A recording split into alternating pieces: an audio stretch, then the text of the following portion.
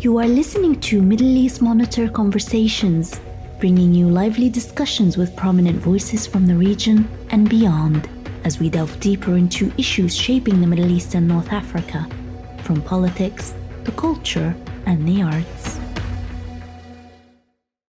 Hello. Welcome to Middle East Conversation Live. I'm Osman Butt, your producer with Middle East Monitor. My guest today is Chris Gratien. Chris is an assistant professor at the History of University of Virginia, where he teaches classes on global environmental history and the Middle East.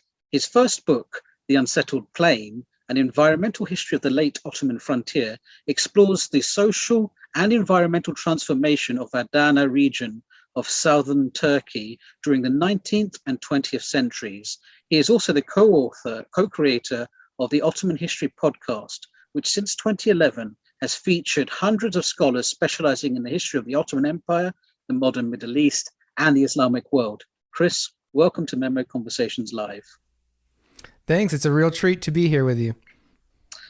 And so could you perhaps, you've written this book, but could you perhaps describe to us how you came to Ottoman history and Middle East history to begin with? Like, why did you come to it and what made you want to stay in it?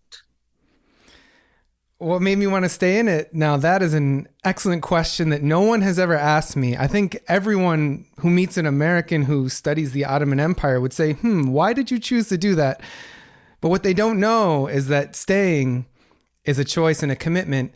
And, of course, what initially motivated me, I was in college during the time of the Iraq War, and I was drawn to the topic of Middle Eastern history as sort of a way to contribute to what I saw as a badly needed correction of how the Middle East and the Muslim world more broadly were represented in America, which is kind of funny because I knew that there was something wrong that I needed to correct, but I didn't actually know that much about the topic. So obviously spending years studying the history of the Middle East and different languages of the Middle East and the history of the Ottoman Empire, my thinking about history and the world changed tremendously. And so too did the region. As your readers are well aware, there's a reason why this website exists. There are important questions and issues. And when I first set out to begin my study of Turkish and Ottoman history, I went to a country, Turkey, that was really experiencing an exciting moment. And, the liberal discourses of that time period had some truth to them. Civil society was growing, universities were growing, and I found a society where people were hungry for history. Lots of colleagues who were from Turkey who wanted to study history and return to Turkey, work in Turkey, and so forth.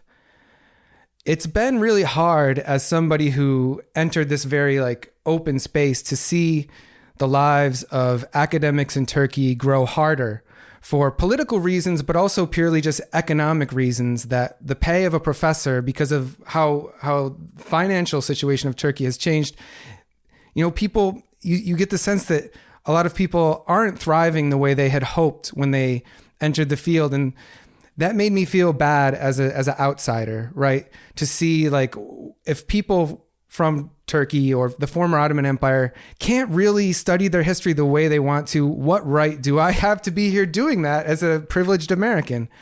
And what has made me stay thus far is the sense there is a community and an obligation to that community that I've been part of, this community of scholars for well over a decade now. And what's been really valuable to me throughout this process, from graduate student to now professor with book, is the Ottoman History Podcast. That this is a space where we can amplify voices that need to be heard, where we can reach people with content in Turkey that they wouldn't have access to normally. And so without that aspect, I don't know if I would be able to go on, given all of the bad news that we're presented with sometimes. I think that being able to have that connection and to play what I think is an important role in elevating the voices of a more diverse group of scholars than was typical prior to the age of the internet is really, for me, what has made me stay after all these 11 years and these hundreds of podcasts and interviews.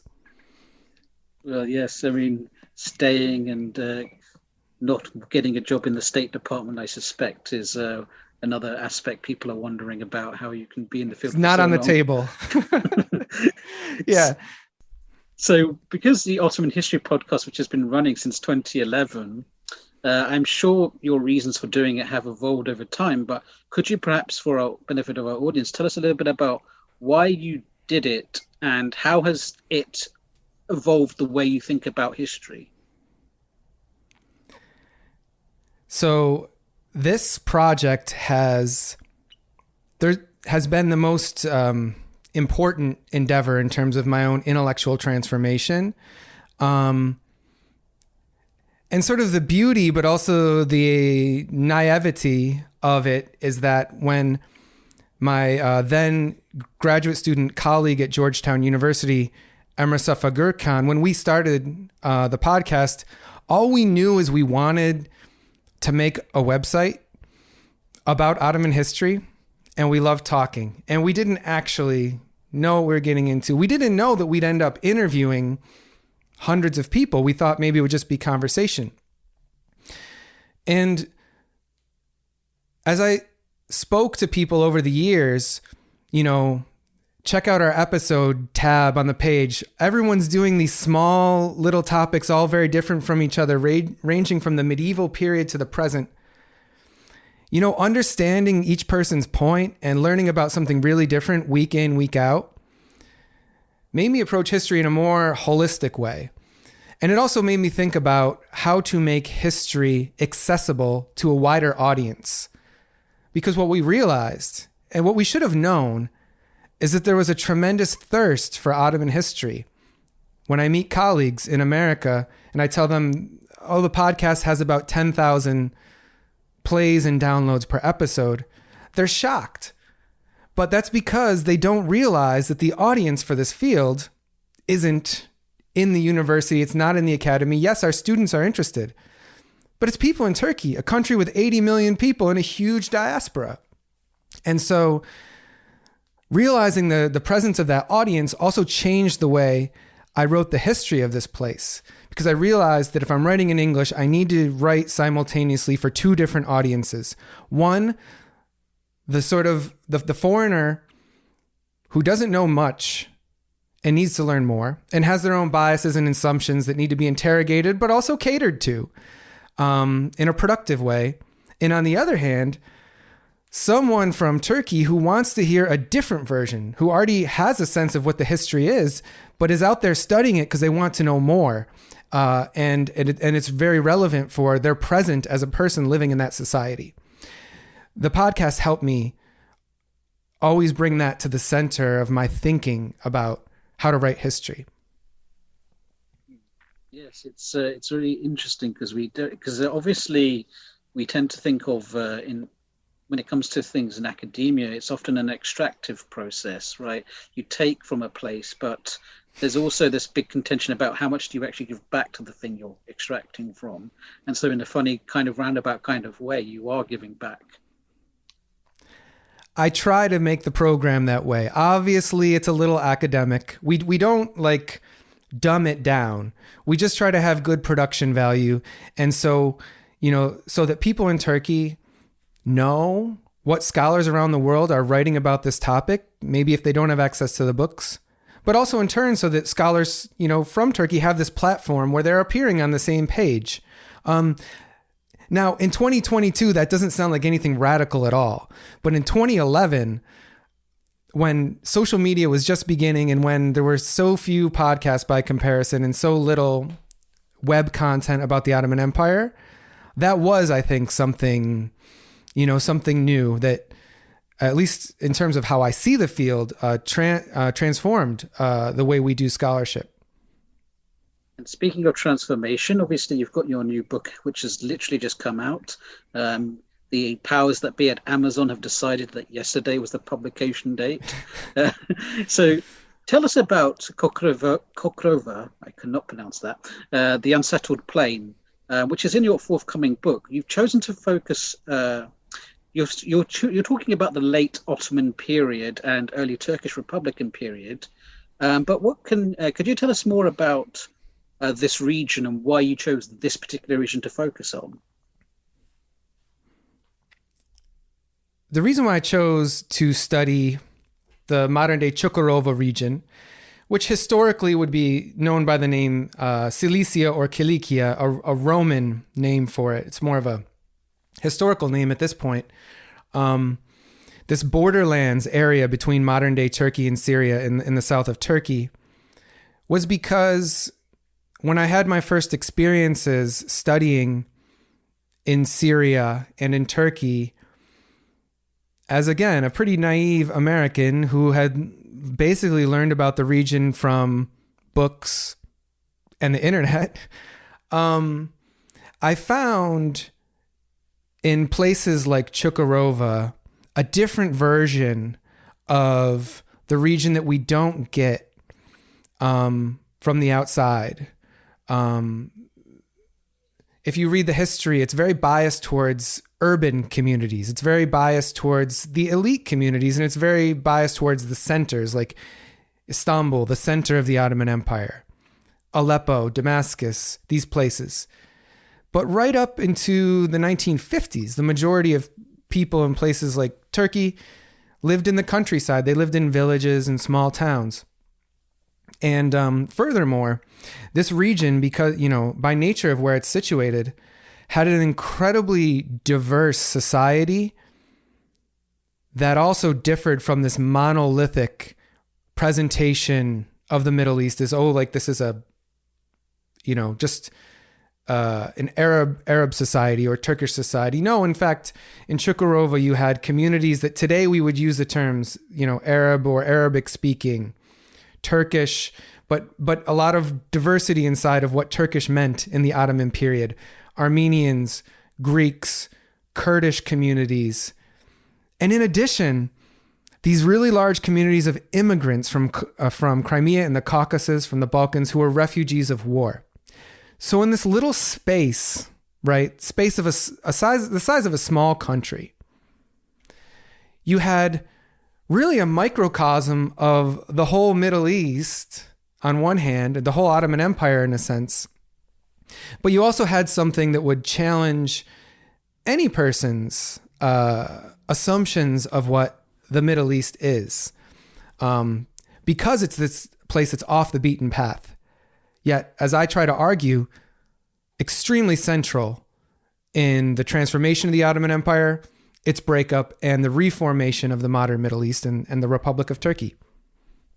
Yes, it was a really sweeping kind of history. Actually, it's essentially from the bottom up in a way, but you adopt an approach which we tend to think about when you tend to think about politics, social, economic, and environmental changes from the perspective of the rural inhabitants of this area.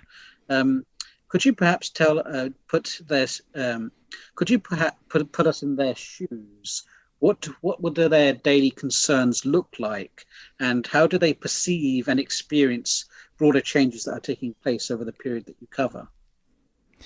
Yeah, thank you for that question, because fundamentally that's what the book is doing. It's trying to narrate these big changes, but keeping in mind the perspective of the people who I argue were impacted most by these changes. So we're looking at a period beginning in the middle of the 19th century, so the 1850s, and going up to the 1950s. And I think all of our listeners, no matter where they're from, will know that this is like a very important period of history. If you think of just like technological changes, political changes, the scale of industry, but also the scale of war, this is like in the lifetime of a person, if they were lucky enough to live 100 years, they would have seen some incredible things. And what I argue is that at the start of the 19th century, let's say, in a place like Çukurova, people's lives were structured around concerns that, we don't really think about today. at least in the United States or Turkey. Particularly, I talk about malaria, which is a mosquito-borne illness that was very widespread throughout the world, and is still widespread in many parts of the world, as something that, it didn't determine how people lived their lifestyles, but their lifestyles were very attuned to avoiding the risk of this disease by migrating seasonally between the mountains and the plains. Now, you don't know, before the pandemic, how many times I had to explain to people that it is possible that people in the past organized their entire life around avoiding a disease and making it work. I think now, after 2020, we all know what that means, right? It's not just economics, right? That there are things that are matters of life and death that are more important. And so then what I do, on the basis that the majority of people in this region were rural inhabitants, is I show how the different changes that took place impacted their relationship with this disease, and use that as a way of studying the types of, displacement, dispossession, really tragic and catastrophic experience people had, in the 19th century up through the First World War and right into the 1950s. And also how they survived and preserved their culture and resisted the changes and really shaped the way those changes took place. Really, their reactions and concerns did matter for how the Ottoman Empire and later the Republic of Turkey framed its reforms in different ways. So, yes, bottom up is a great way to describe it. You start with a very simple thing like mosquitoes and swamps, and you end with a different picture of how the modern world was created. Perhaps you could tell us a little bit then about how they avoided the malaria, and because I know you talk about it in your book, maybe for the audience would like to hear, how do they avoid malaria and how did it change with the transformation? The most important thing to tell the listeners, the audience out there who maybe are interested in reading the book but also skeptical, is that we can recover people's understandings of the environment, not just by observing how they lived, but in fact, there's a rich body of sources in Ottoman Turkish, Armenian, and other languages in which, in their own words, people describe how they understood the environment. So they understood malaria as a seasonal risk, something associated with the warm months, which they would avoid by going to the mountains. This became very explicit that, you had these nomadic communities that engaged in this practice. It wasn't only nomadic communities, but that when the Ottoman government tried to force them to settle, first of all, a lot of them died of malaria, but second of all, they resisted and said, no, we need to migrate for health purposes. So I'm not inferring, I'm not, saying that these were people blindly acting in reaction to the environment. There was a consciousness about the environment that I think was special, because the changes that were introduced, new changes in settlement patterns that forced people to live in the lowlands, so creating these new villages, commercialization of agriculture, which put workers in these environments that were very conducive to the spread of malaria and at exactly the wrong times of year. People displaced during the First World War. All these groups experience a new form of an old disease as a result of really some of the most fundamental changes we talk about when we write the history of the modern Middle East, right? The First World War, it's huge. The First World War and malaria, I think not too many people have gone there, but I try to say that it's, it's really important for recovering the experience of people who indeed have left behind some traces, but have not had the privilege of dictating how history would be written by academic historians. Yes. And I think people don't even realize the plague was still kicking around then as well. So sure, yeah. Infectious diseases. I mean, that's what I think. There's so many. Cholera, for example, a new disease of the 19th century. Typhus. Oh, disease is so important in history, the history I write, but also in general. Like, I think the modern people who live in cities, and we certainly have diseases, but before the pandemic, maybe my generation of people were not conscious of just how much these kind of factors were part of the lived experience of the past. And so that it was gradually like written out of the narrative of history, which started with, kings and sultans back in the early modern period. They weren't thinking about, what are peasants experiencing when they were writing history? They were writing the history of, the state and then the elite. And so, yeah, I wanted to bring that back to the historiography of the Middle East in a big way, as it's already been the case in other parts of the world for some time. Yeah, I think I remember, I was listening to a lecture once where an epidemiologist was talking about the history of disease, and they make this argument that the 1918 pandemic in many ways was the last time more people died from an infectious disease than from lifestyle-induced illnesses. And it's kind of interesting that before, COVID, as COVID was coming in, suddenly everyone wanted to talk about the 1918 pandemic, where everyone else wanted to forget it before that. There's this general assumption people just wanted to forget pandemics and things like that. But also thinking about what are the other sort of things can studying, because environmental history, it doesn't feel like it was something that many people were exploring maybe 15, 20 years ago, other than a very handful of specialist people. But we are now seeing more books being written about environmental history, aren't we? Definitely. So what is your sort of take on that? What can this actually, what can this sort of give us, studying this? The most basic reason why people are returning to environmental history, in my opinion, is that we've really experienced a total cultural transformation in the way we see human beings' relationship to nature. Over the course of the 19th and early 20th century, you get this discourse of humans dominating and conquering nature for their benefit, overcoming things like diseases, or using technology to revolutionize agriculture. Since the 1960s, as industrialization scaled up, we began to arrive in a new vision in which human beings are still this dominant force, but no longer taming nature or conquering nature or improving upon nature as it would be, but rather the greatest threat to the planet, right? Climate change and these types of questions. And so that's why people are coming back to environmental history in part, is this environmentalist consciousness.